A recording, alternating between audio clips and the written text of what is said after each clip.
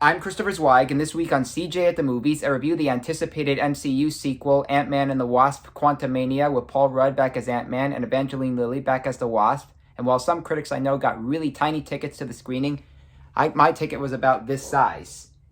Yeah, it's pretty big, isn't it? Well, I keep growing and shrinking, so what can I say?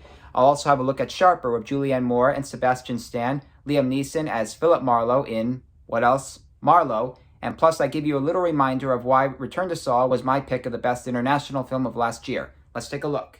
Our first movie is Ant-Man and the Wasp: Quantumania, which reunites Paul Rudd as Scott Lang, aka Ant-Man, Evangeline Lilly as Hope Van Dyne, aka Wasp, Michelle Pfeiffer as her mother Janet, and Michael Douglas as her father Hank, while Katherine Newton now plays Scott's daughter Cassie. They all end up in the quantum realm where creatures look like humans or aliens or even broccoli. There are beings down here, intelligent beings.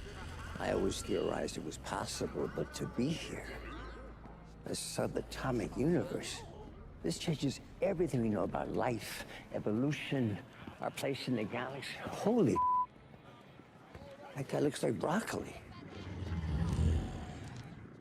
While trying to figure their way out, they all have to deal with Kang the Conqueror, a multiversal being played by Jonathan Majors who plans to, well, conquer all universes. Who are you? Just a man who's lost a lot of time, like you. But we can help each other with that.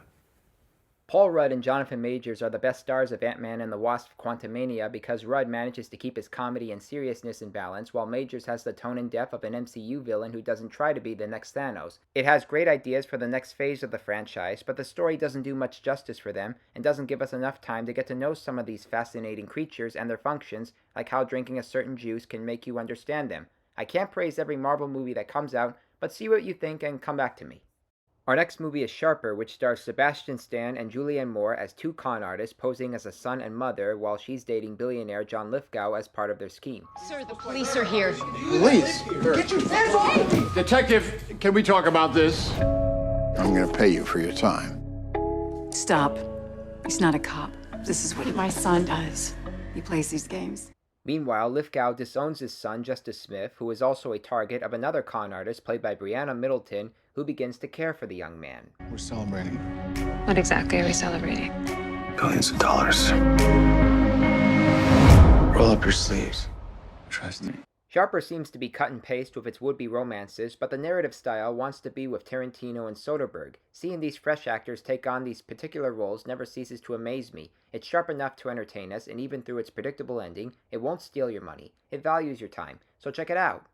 I can't say the same for Marlowe, with Liam Neeson now as the latest actor to play Detective Philip Marlowe after Humphrey Bogart, Robert Mitchum, and Elliot Gould, among others. It's another misfire for the great actor, as it doesn't have an interesting film noir story, nor characters who win you over. It's all tedious. You are looking for someone. We're all looking for someone. But I'll pay you $1,000 If you find him for me. The puzzle has many pieces. I don't know what you're gonna find. Diane Kruger co-stars as an heiress who has Marlowe investigate the disappearance of a props guy whom she's having an affair with and was supposed to be dead, and she also has her conflicts with her former movie star mother played by Jessica Lange, conflicts that we can't follow or care about. Your secrets? You'll have to keep those too.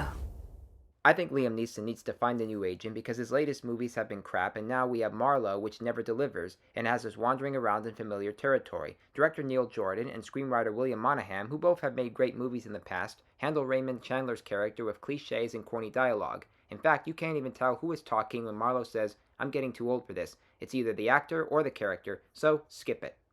And following its limited New York and LA run to qualify for the Oscars, Return to Seoul returns to theaters, and I have good reasons why I chose it as the best international film of last year, because it's an original piece about a Korean girl who mostly speaks French and a little English because she was adopted and taken to France, and now she returns to her home country where she has to connect with her roots. Park Jae-min is perfect as the girl named Freddie. Tu n'y connais vraiment rien de la Corée? Non, rien. How long do you want to stay? I don't know yet, but 3 nights. I need your passport, please. Mais vous êtes française? Je suis française. T'es aussi un peu coréenne. Votre prénom de naissance est Yeon-hee. On pourrait dire docile et joyeuse. It's a shame it didn't get nominated in the Oscars Best International Film category, but Return to Seoul is still a somber, radiant piece of filmmaking in which writer-director David Chow never settles for anything tedious or routine to cater to American audiences. He provides unpredictable and patient elements that don't make things light and simple. It's an adoption story that wins you over, and I mean really wins you over. Okay, recapping this week's new movies, thumbs down for Ant-Man and the Wasp: Quantumania, although I am excited to see what they do next in the MCU. Thumbs up for Sharper, thumbs way down for Marlowe, and thumbs way up for Return to Seoul, returning to theaters in New York and LA this weekend, and should expand throughout the month or the next month, depending on how many people choose to see it. I'm Christopher Zweig, stay safe, and I'll see you at the movies. For more amazing content, please like and subscribe to my channels, and please read my reviews at cjatthemovies.com and download the new HD Radio app.